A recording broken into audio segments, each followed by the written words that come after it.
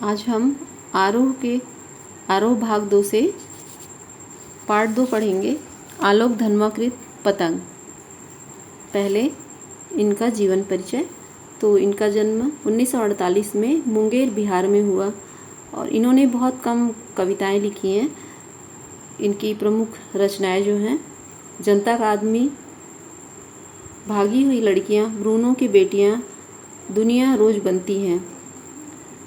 इनके प्रमुख जो साहित्य सम्मान मिले हैं, राहुल सम्मान, बिहार राष्ट्र भाषा परिषद का साहित्य सम्मान, बनारसी प्रसाद भोजपुरी सम्मान।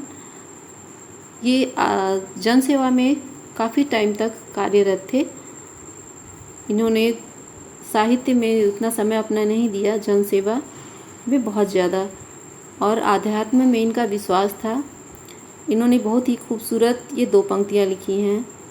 जहाँ नदियाँ समुद्र से मिलती हैं वहाँ मेरा क्या है, मैं नहीं जानता लेकिन एक दिन जाना है उधर। अब हम आते हैं पाठ पर। पतंग हर कोई जानता है। पतंग जो बच्चे रंग बिरंगी आकाश में उड़ाते हैं, पतंग बड़े बच्चे हर किसी को प्रिय होता है पतंग उड़ाना। तो ये इसमें इनके साहित्य में पतंग बहुत बड़ी कविता है, तो इसके कुछ अंश इसमें दिए गए हैं। सावन और भादो का महीना बीत चुका है, अब शरद ऋतु का आगमन होने वाला है। तो इस समय जो सूर्य की किरणें होती हैं बहुत ही स्पष्ट आती हैं। ऐसा लगता है कि जैसे बादल साफ हो गया है और धूप खरगोश की आंखों जैसा चमकीला एकदम दिखाई देता है। अब हम आते हैं कविता पर। यहाँ पे बच्चों के बाल मन पर क्या होता है पतंग उड़ाते समय प्रतिक्रिया, इसके बारे में वर्णन किया गया है। सबसे तेज बौछारे गई, भादो गया सवेरा हुआ, खरगोश की आँखों जैसा लाल सवेरा, शरद आया पुलों को पार करते हुए, अपनी नई चमकीली साइकिल तेज चलाते हुए, घंटी बजाते हुए, जोर जोर से चमकीलों इशारों से बुलाते हुए। सबसे तेज बौछारें सावन और भादो, बहुत तेज बारिश होती है। इसके बाद फिर बारिश कम हो जाती है और शरद ऋतु, हल्की ठंड का आगमन होता है। तो सुबह की धूप खरगोश की आँख जैसा बहुत ही चमकीला होता है। अब बारिश में बच्चे घर में रह के ऊब जाते हैं। जैसे ही बारिश खत्म होती है तो बच्चे पतंग उड़ाने के लिए एक दूसरे को बुलाते हैं। अपनी नई चमकीली साइकिल को तेज चलाते हुए बच्चे बड़े ही खुशी का अनुभव करते हैं कि अब तो बारिश चले गई है। घंटी बजाते जोर जोर से चमकीले इशारों से बुलाते हुए बच्चे एक दूसरे को बुलाते हैं।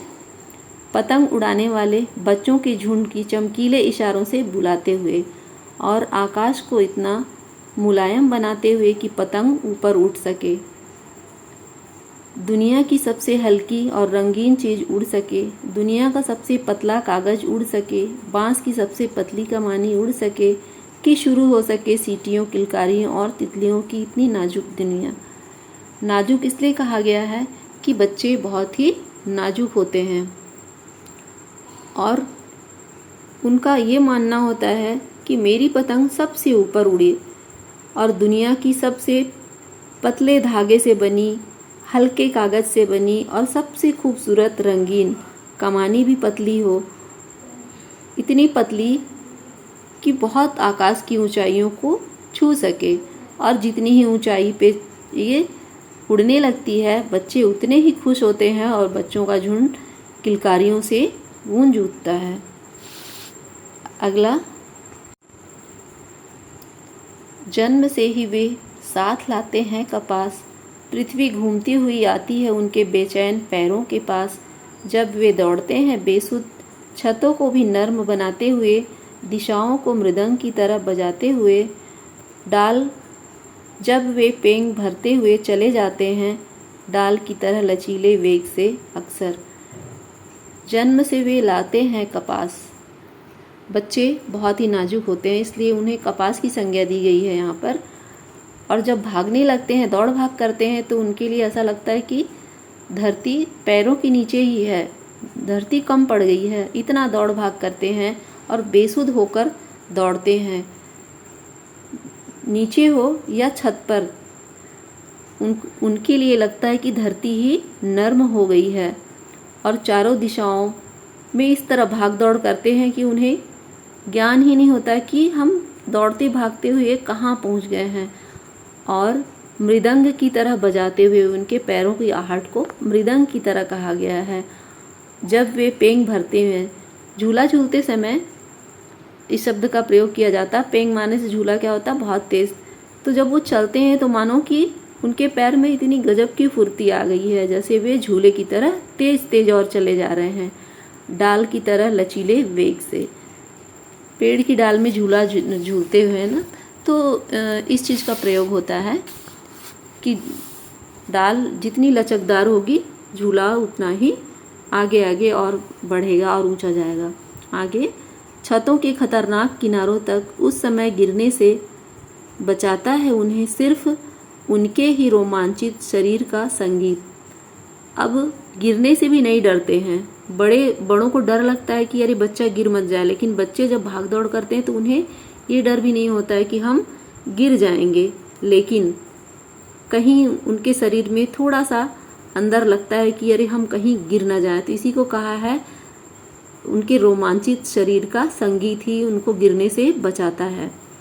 पतंगों की धड़कती ऊंचाइयां उन्हें थाम लेती है महज एक धागे के सहारे। अब पतंग जहाँ जहाँ उड़ती है, बच्चे भी हाथ में डोर को थामे उधर उधर भागते हैं। इसलिए कहा गया है कि पतंग की ऊंचाइयां उन्हें धागे के सहारे थाम ली है। पतंगों के साथ साथ वे भी उड़ रहे हैं अपने रंध्रों के सहारे। उस धागे के सहारे जहाँ जहाँ वो पतंग उड़ती है, बच्चे भी धागे लेके दौड़ते हैं। अगर वे कभी गिरते हैं छतों के खतरनाक किनारों से और बच जाते हैं, तब तो और भी निडर होकर सुनहरे सूरज के सामने आते हैं। पृथ्वी और भी तेज घूमती हुई आती उनके बेचैन पैरों के पास। और खेलते खेलते अचानक अगर वो गिर जाते हैं या गिरते गिरते बच जाते हैं, तो उनके अंदर डर नहीं आता, बल्कि और साहस आ जाता है कि अब तो हम गिर के भी बच चुके हैं, चोट तो लगी ही नहीं है। तो और भी निडर हो जाते हैं और तेज़ी से वे निडर होके दौड़ने लगते हैं।